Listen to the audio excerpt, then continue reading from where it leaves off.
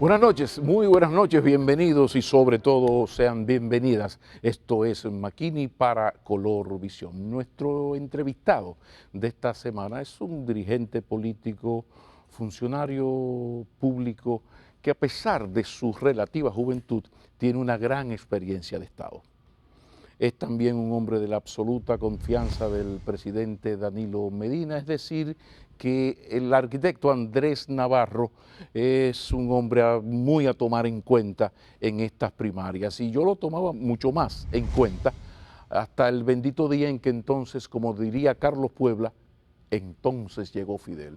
Y apareció otro compañero que se llama Gonzalo Castillo, que ha generado en ese partido y en ese grupo, en ese sector, pues todo lo que ustedes han visto. Graves contradicciones, pero de lo que se trata en esta oportunidad es de aprovechar la presencia del arquitecto Andrés Navarro para hablar con el aspirante a la presidencia de la República, para saber cómo él piensa y cómo ve todo lo que está ocurriendo, no solo en el país, sino especialmente en su partido. De esas cosas y otras más vamos a hablar después de la pausa. El arquitecto Andrés Navarro va a estar con nosotros en breve. Con una curva ascendente que me ha permitido estar en cada momento de mi vida viviendo experiencias que van sirviendo como base para la siguiente etapa.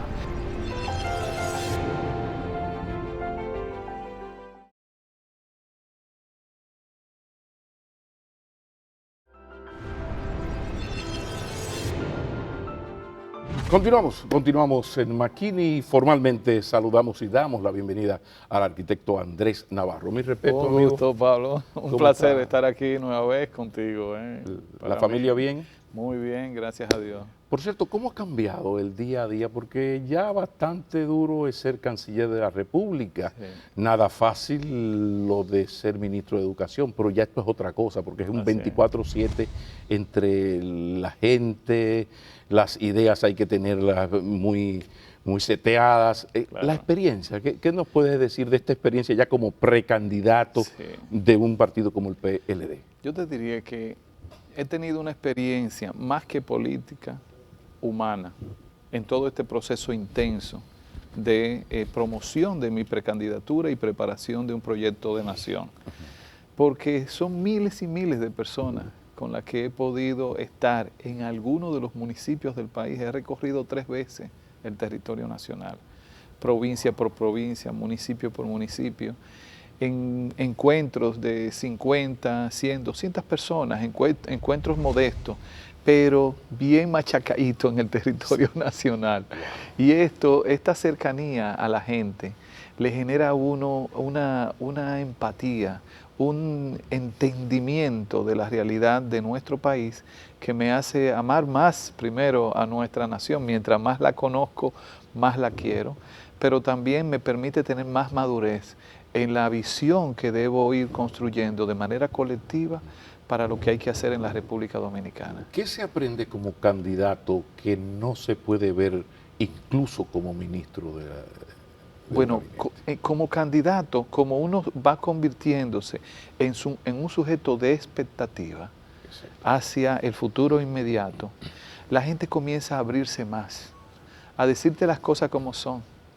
Cuando llega a las comunidades, he estado en muchísimos distritos municipales, que ya son comunidades cuasi rurales, y la gente se descarna, planteándote su drama, también planteándote las expectativas. A mí me interesa mucho en este proceso conocer no solamente los problemas de las comunidades, sino también los sueños de la gente.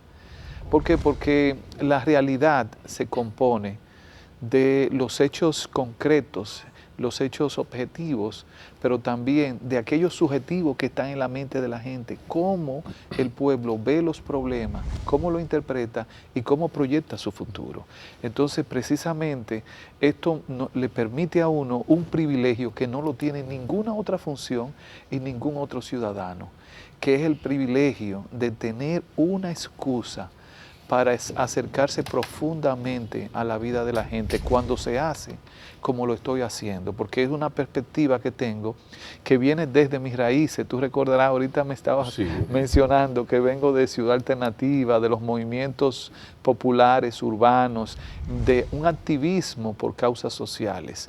Esa sensibilidad que fue creándose al fragor de una cotidianidad con la gente humilde de nuestro país, perdura en mí. Precisamente esa experiencia, muy jovencito, de irse a vivir a un barrio marginado, creo que Luis Henry Molina, también, el honorable señor presidente de la Suprema Corte de Justicia, con todos los respetos. Pero estos dos chavalitos, diría un español, se fueron a vivir eso, por varios años. Por varios años. ¿Cómo marcó eso y qué significó esa experiencia para esta realidad? Bueno, realmente marcó nuestras vidas. En el caso particular mío, como arquitecto, yo soñaba con ser el arquitecto constructor, pero mi vida social y mi experiencia con los pobres, entonces me cambió la perspectiva.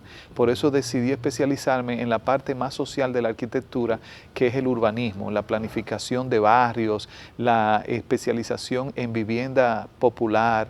Entonces esto ya fue moviéndome a mí hacia las causas sociales.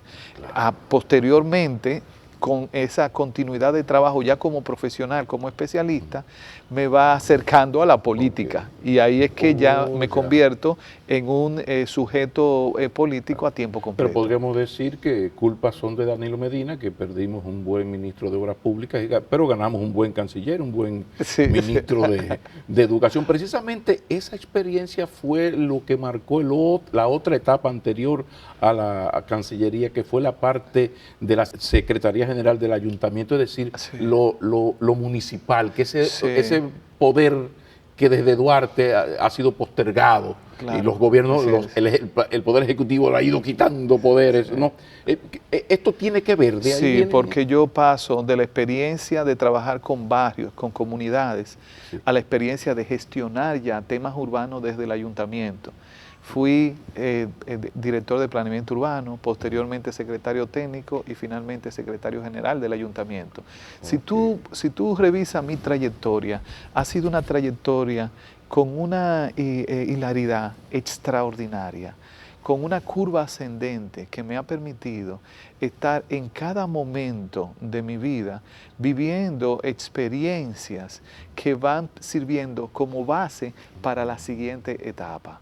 Entonces mi vida municipal me permitió conocer el Estado, manejar instituciones públicas. Los ayuntamientos se constituyen en la mejor escuela para tú convertirte en un servidor público con una visión amplia, completa, con competencias que te preparan para nuevos retos en gestión pública. Por eso cuando pasé desde el ayuntamiento a obras públicas, ya yo tenía todas las competencias para manejarme en una institución tan grande como esa. Pero del urbanismo a lo municipal, más o menos el crossover no es tan difícil. Pero de repente de lo municipal a las relaciones exteriores es difícil, y más difícil es pasar de una Cancillería al Ministerio de Educación. ¿Cómo fue ese crossover? Porque cuando uno lee, yo hago mi tarea para estas entrevistas, uno lee el currículum de Andrés Navarro, yo dudo que haya un político dominicano que haya acumulado esa experiencia. Yo te comparaba con Francisco Domínguez Brito, pero Francisco ha estado en lo jurídico, en la parte de la justicia y medio ambiente, en lo fundamental. Pero tú le llevas, porque estamos hablando de lo urbano, de lo municipal, de las relaciones exteriores y de educación. ¿Cómo es eso? ¿Cómo esa capacidad que tiene Andrés Navarro para lo que yo siempre hablo mucho de cómo en 3 meses este señor Antes me hablaba como un canciller y en 3 meses ahora me habla como un ministro de Educación con 3 maestrías en pedagogía. ¿Cómo se hace eso? ¿Disciplina? Bueno, sí, primero disciplina, pero también la experiencia que yo he vivido me ha convertido en un sujeto que está acostumbrado a trabajar fuera de su área de confort. Yo no he tenido una experiencia muy larga en un área de confort. Siempre estoy en situaciones fuera de mi área de confort. Eso me ha generado unos músculos en las competencias de abordar situaciones inesperadas, de adecuarme rápidamente, de mentalizarme. La disciplina es fundamental porque cada experiencia que he tenido la he asumido como una experiencia de aprendizaje. Y esto, cuando tú estás centrado en la competencia o en la función que te han otorgado, entonces todavía eres menos vulnerable al vivir lo inesperado. Así es que cuando asumí el ayuntamiento a nivel de Secretaría General, cuando asumí el gabinete de obras públicas, cuando asumí la Cancillería y cuando asumí educación, asumí métodos que ya son parte de mi formación. Recuerda que yo soy planificador. Sí, los planificadores, no importa el área, si es la economía, si es el territorio, si es la salud, no importa. Tenemos unas competencias que nos facilitan el adecuarnos en un ambiente distinto, desconocido y rápidamente tomar el mando de la situación. Pero no me deje lo gerencial. Sí, claro. Y en el Estado, porque para lo otro están grandes asesores que tiene el Estado. Sí. En el Estado se necesita mucho la visión política con capacidad gerencial, sí, algo que lamentablemente no coincide mucho. Sí. No coincide en la gestión de las instituciones, Pablo, es más importante tu capacidad gerencial que tu expertise en la parte sustantiva de la institución. Para eso están los especialistas. Pero para manejar las instituciones públicas, igual para manejar las empresas, un ingeniero bien preparado de procesos, ¿no? Puede manejarte una empresa farmacéutica como una empresa de la construcción, con la misma eficiencia. Eso pasa también con nosotros los políticos. Cuando estamos bien formados en gestión pública, tenemos las competencias entonces para administrar cualquier institución del Estado que la ley lo permita. Hay instituciones del Estado que limitan la formación, como es el caso del Procurador General de la República, que debe ser del área de las ciencias jurídicas, sí, y del derecho, y hay otras que de repente limitan. Pero el conjunto de las instituciones públicas, y de esto me tengo que reconocer, mi experiencia en el ayuntamiento me generó también muchas capacidades en materia de gerencia pública, porque en los ayuntamientos es un gobierno, tú tienes gestión financiera, tú tienes gestión de servicios públicos, tú tienes establecimiento de normativas y regulación, tú tienes un pequeño congreso en el ayuntamiento, que es el Consejo de Regidores, con el que te tienes que manejar entonces en el ámbito de lo político, de la negociación, de los pactos. Training. Entonces es un training completo cuando a ti te colocan en cualquier otro lugar, si tú has estado concentrado, si has estado focalizado en tus quehaceres, claro. Leonel Fernández está andando por las provincias presentando proyectos para el 2044, como si él estuviera en la campaña del 2040.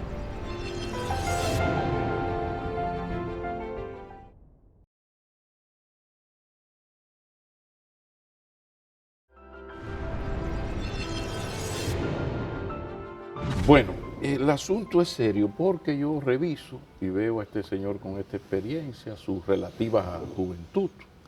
Digo, bueno, viene el presidente aquel día, aquel lunes, y suelta lo de Sangre Nueva y recuerda un tuit de Montalvo de Sangre Nueva.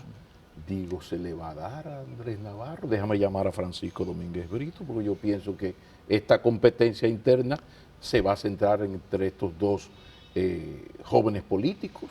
La cosa iba bien, Sangre Nueva, servicio en el Estado, hoja limpia en el delicado aspecto ético, pero entonces llegó Fidel. Todo iba bien como aquel son, entonces llegó Fidel. Entonces apareció el señor Gonzalo Castillo. Y hay un antes y un después, porque hay una historia muy buena de alguien que decía: camina como una vaca, come como una vaca, muge como una vaca, parece una vaca. Entonces Gonzalo está en plan vaca, en el sentido de que todo indica que él es el delfín preferido, que él es el tapado, y hay evidencias, hay una gabela que le sacó a todos ustedes. ¿Qué puede decir Andrés Navarro de esto extrañísimo que ha ocurrido? Porque Gonzalo estaba ahí y no quiso renunciar como hicieron ustedes. ¿Qué puedes decir de esto que ha cambiado totalmente la correlación de fuerzas? Por favor. Bueno, Pablo, resulta que Gonzalo por mucho tiempo se dedicó a la promoción de la reelección del presidente. Aunque el presidente no tenía eso en sus planes, él estaba en el derecho de estar auspiciando la posibilidad incluso de persuadirlo. Entonces, en el momento en que él toma la decisión, que es posterior al discurso del presidente, donde queda claro que él no tiene intención de un tercer periodo consecutivo, entonces él tiene derecho, Gonzalo, a presentarse, porque incluso entre nosotros 6 hubo un pacto en el sentido de que una vez el presidente habló, acordamos establecer un método. Dentro de ese método, quedaron las puertas abiertas para que algunos compañeros más, no solamente Gonzalo, sino otros compañeros Pero más. Pero Reinaldo Pared dice que no. Reinaldo Pared dijo a Diario Libre que Gonzalo no estaba en ese plan, que esto se hizo para esa... No, inicialmente, claro. Eso fue lo que dijo a Diario Libre. Inicialmente éramos 6 nada más. Entonces, pero cuando establecimos el pacto de un método para aplicar unas encuestas a final de agosto, quedó claro entre nosotros. Pero incluso de que la puerta... Pared Pérez, que no solamente es un precandidato, es el número 3 jerárquico, el secretario general, dice que él no apoya a Gonzalo Castillo dentro de este asunto de las encuestas. Posteriormente Reinaldo lo aclaró, que él está abierto, que si Gonzalo solicita ser parte del grupo, él está abierto a que entre, porque es parte del pacto, como también lo ha expresado Temístocles Montaz.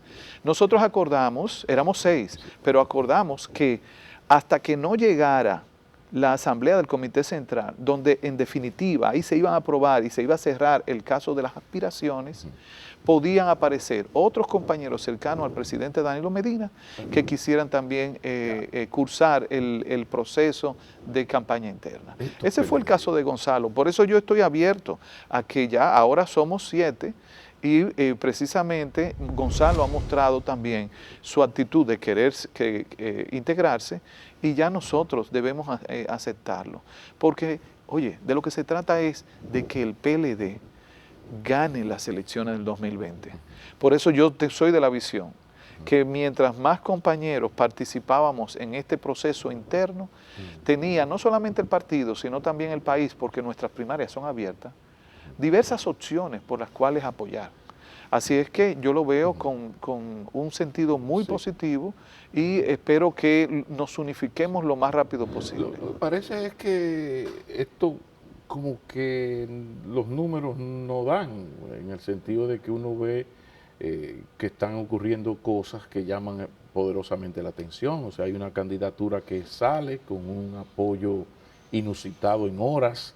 De repente hay una ley de partidos que manda tales o cuales cosas. Yo salgo con una exhibición casi temeraria de jipetas y de cosas, pero además hay algo que llama la atención, y perdóname, pero creo que vamos a entrar a los juegos pesados en esta entrevista, y es que yo veo que Francisco Domínguez Brito sale de Medio Ambiente y le ponen a Ángel Esteves, que es la antítesis de la visión medioambiental del señor Domínguez Brito.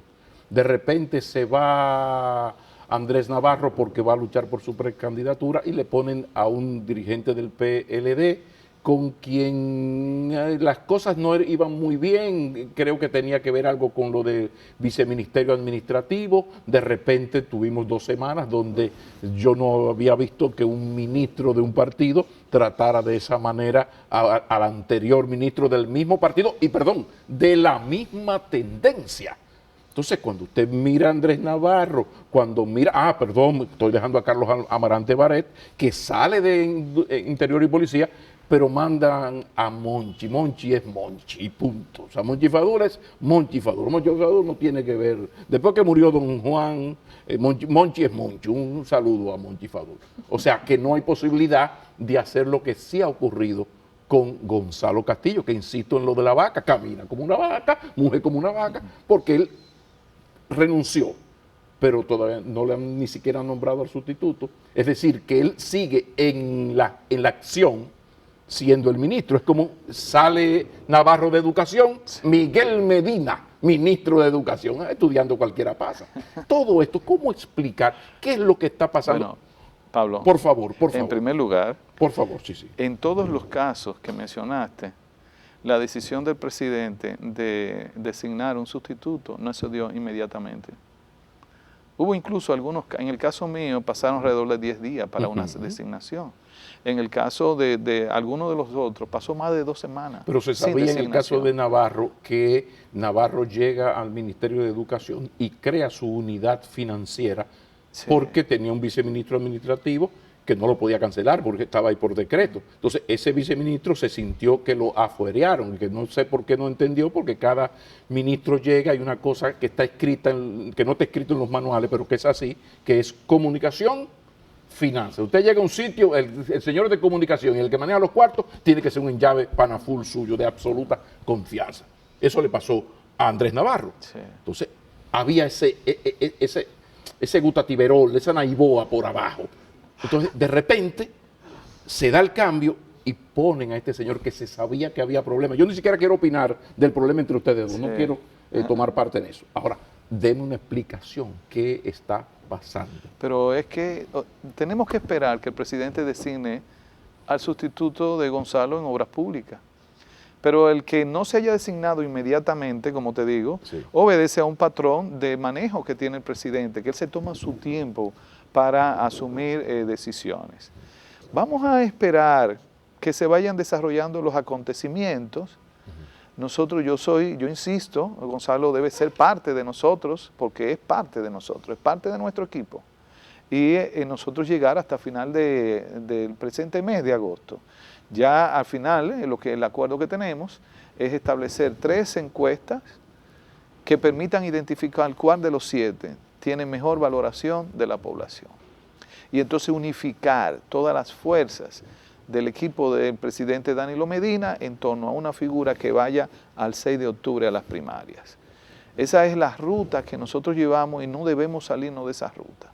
Porque también tenemos que lograr que el candidato del PLD sea uno de nosotros.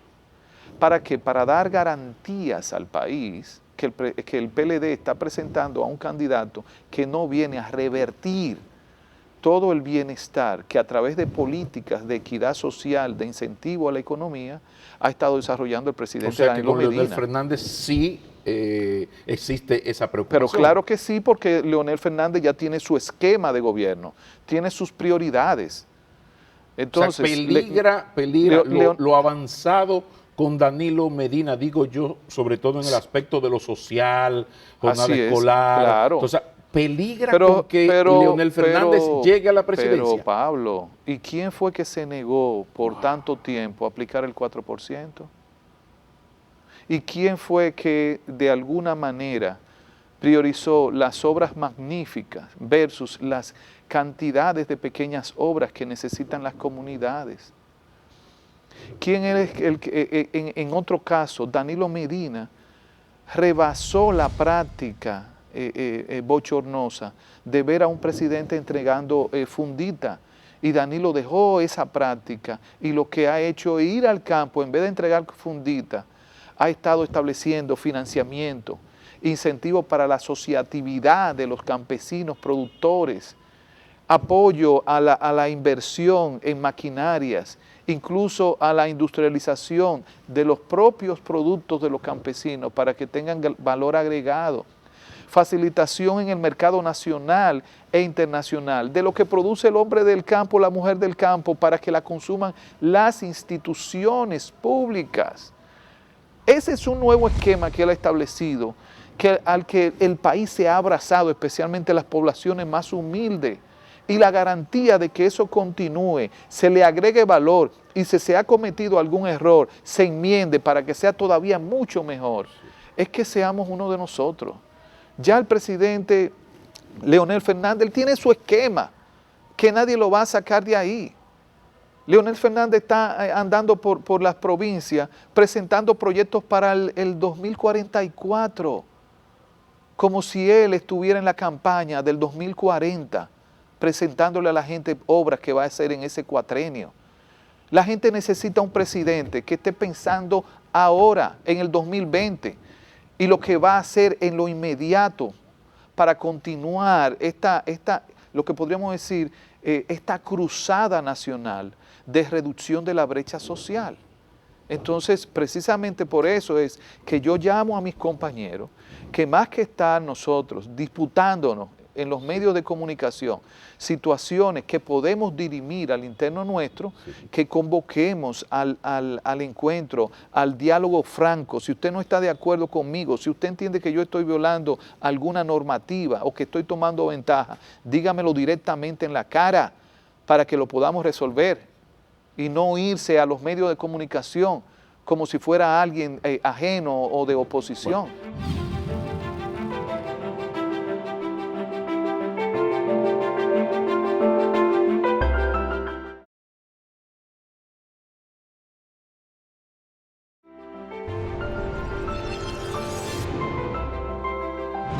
Tal parece que de parte de ustedes, del equipo del sector Medina, ha habido una reacción y una reflexión de que esa primera reacción precisamente ante lo de Gonzalo había que recogerlo. Ahora yo debo decir que nadie con el ombligo ahí delante se ha sentado en ese espacio que usted ocupa y me había desmontado con tal crueldad al político que se llama Leonel Fernández. Pero ocurre que en las encuestas, en el PLD hay una característica hasta el día de hoy, marcan tres. Danilo Medina, que ha sido un fenómeno de popularidad, ahí lo vi quinto a nivel mundial, ese es un rey, un león. Pero después de 7 años. Después de 7 años. Porque hay algunos que aparecen en primer lugar, pero lo que tienen son 6 meses gobernando, así es muy bien, está en primer lugar. Entonces, Danilo, la mezquindad no es característica de este gobierno, Danilo Medina, muy bien. Leonel Fernández, Margarita Cedeño, eso ha sido así los últimos años. Si hoy usted mide, arriba está Leonel Fernández. Lo que quiere decir, no que vaya a ganar, pero que tiene altas posibilidades, buenas posibilidades de ser el candidato. Después de lo conversado, ¿hay alguna remota posibilidad de que el sector Danilo Medina apoye a un candidato que tiene ese nivel de peligrosidad para el gobierno de Danilo Medina? O sea, a lo que te refieres es que... Lo van a apoyar a ustedes porque sería, según lo que me acaba de decir, sería desmontar, es otro estilo, sería desmontar lo que usted acaba de decir, desmontar todo aquello. Pero hay posibilidades de que sea el candidato. ¿Qué van a hacer ustedes? Que son la mayoría. Nuestro partido se va a mantener unido. ¿Y cómo usted me va a venir a mí? ¿Cómo van a venir ustedes a decirme que no vote por Luis Abinader? No, porque entonces, de darse una situación así, entonces tiene que haber un pacto. Un pacto de cambio. ¿Pacto no cambia estilo? No, ¿Pacto da posición? Pero cambia sustancia. Cambia sustancia.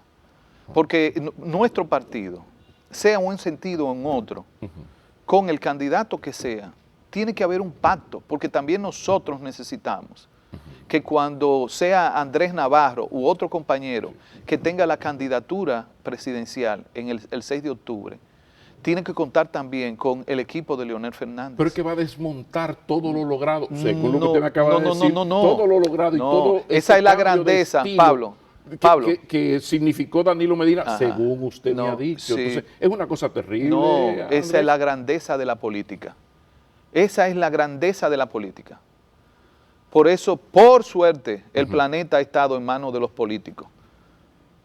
¿Por qué? Porque los políticos sabemos pactar.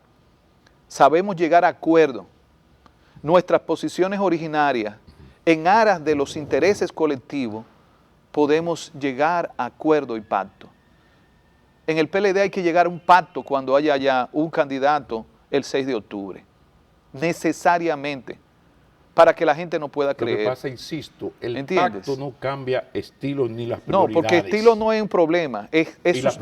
prioridad, sustancia, Sí, no sí. cambia la sustancia, no, cambia pactos, las prioridades. No, los pactos cambian las prioridades, eso Yo te sí. puedo dar un cargo, tú me vas a decir, mira, no me abandone la jornada escolar de tan No, extendida. no, porque no se trata. ¿Y quién va a desmontar lo logrado? No se Nadie, trata ¿no? de una negociación superflua. Lo que pasa es que porque me ha impresionado, no, Andrés. sí, lo que pasa es, Pablo, Duro. tiene que haber un pacto para que el PLD gane las elecciones, porque es que lo que te estoy diciendo no es que al equipo de Danilo se le antoja hacer eso, es que lo que nosotros estamos haciendo, lo que el presidente Danilo Medina ha hecho, es lo que estaba esperando la población.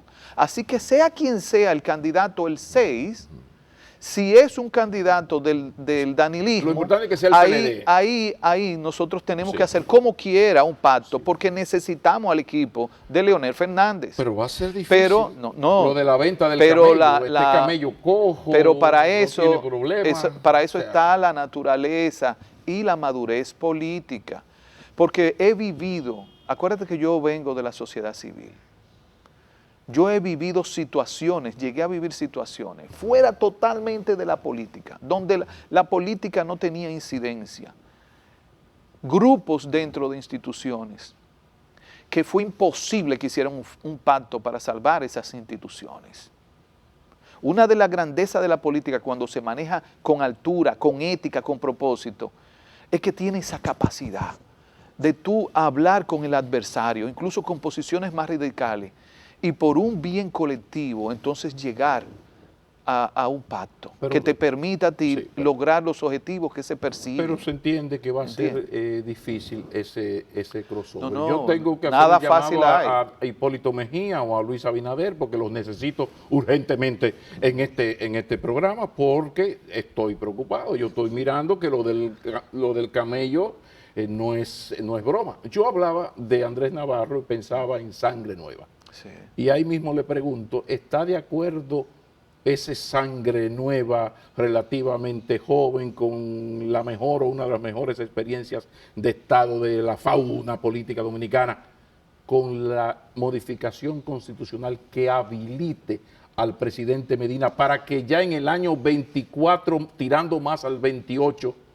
vuelva a ser candidato presidencial, o va a preferir Andrés Navarro su sangre nueva u otras sangres más o menos nuevas en el PLD, o se va o en el 28, 24 vuelve a la sangre, esta sangre de Leonel Danilo Margarita, por favor?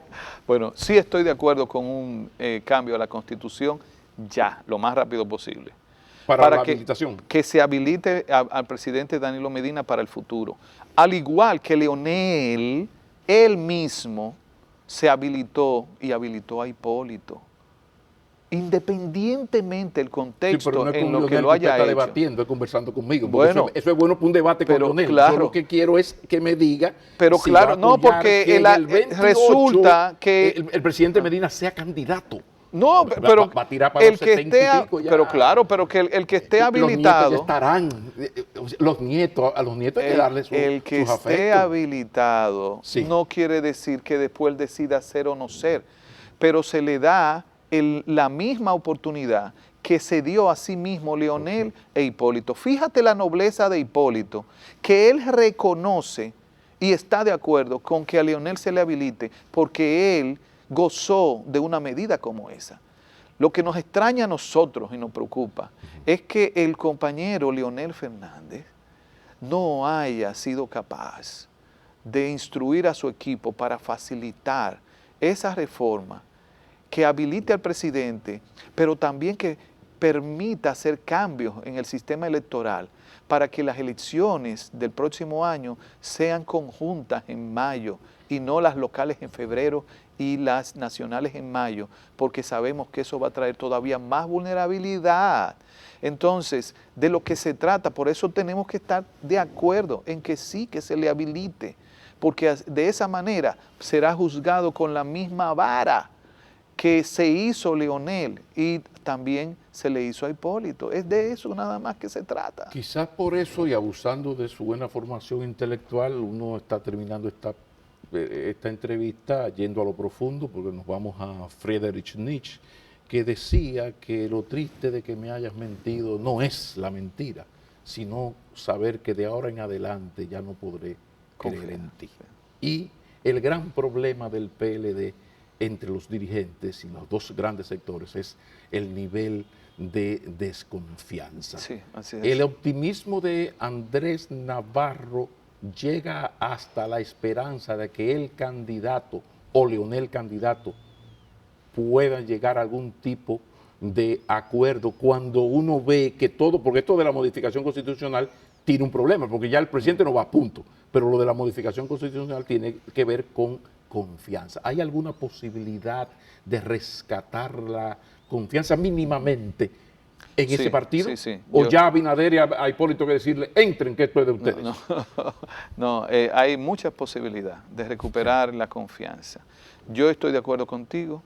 Hoy en día nosotros tenemos una crisis de confianza, no solamente al interior del PLD, sino de la población hacia la política. Todos los estudios lo indican. Y hacia la democracia, que es lo peor. Que es lo peor. Hacia el sistema de partido y hacia la democracia. Por tanto, el PLD tiene hoy una gran responsabilidad, posiblemente más que antes, de rescatar la confianza. Primero al interno y segundo del país hacia el PLD. ¿Para qué? Para que salvemos el sistema de partido político y la democracia que nos hemos dado. La democracia, los problemas de la democracia, como bien se ha dicho, se resuelven con más democracia y no con más centralismo.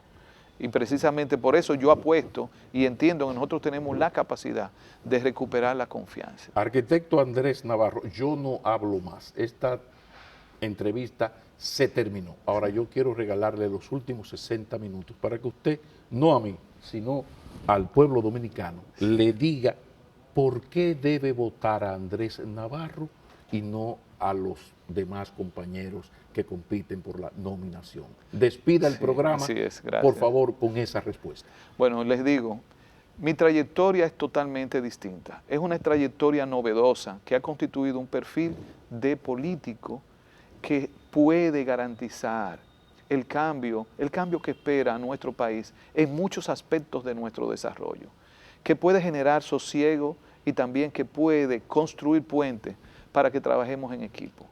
Estoy ya maduro, consciente de todo lo que hay que hacer en nuestro país para recuperar la confianza. La primera cuestión para recuperar la confianza es actuar de manera distinta. Y es lo que he estado haciendo en mi proceso de preparación de un proyecto de nación, de promoción de mi precandidatura. Pero más que eso, les pido a todos ustedes que no sean indiferentes en este proceso de elecciones internas del PLD. Hemos abierto las puertas a la ciudadanía. Vengan el 6 de octubre, tomen decisión con el PLD, apoyen al precandidato que más sea de su gusto, de su parecer. Yo estoy aquí exponiéndome bajo las bases del partido y también de la sociedad dominicana, pero no sean indiferentes, implíquense, asuman parte de lo que debe ser la decisión de su futuro. Así es que el PLD ha abierto esta oportunidad, Pablo, y espero que el 6 de octubre, estoy seguro, será una fiesta de la democracia. Si dice algo más, lo daña. Muchísimas gracias. Un gusto, Arquitecto Andrés Navarro, un feliz fin de semana, si es en familia, mucho mejor. Nos vemos el próximo sábado y a ver cómo se me dan las diligencias, porque es urgente que Hipólito Mejía o Luis Abinader vengan a este programa ya. Feliz noche.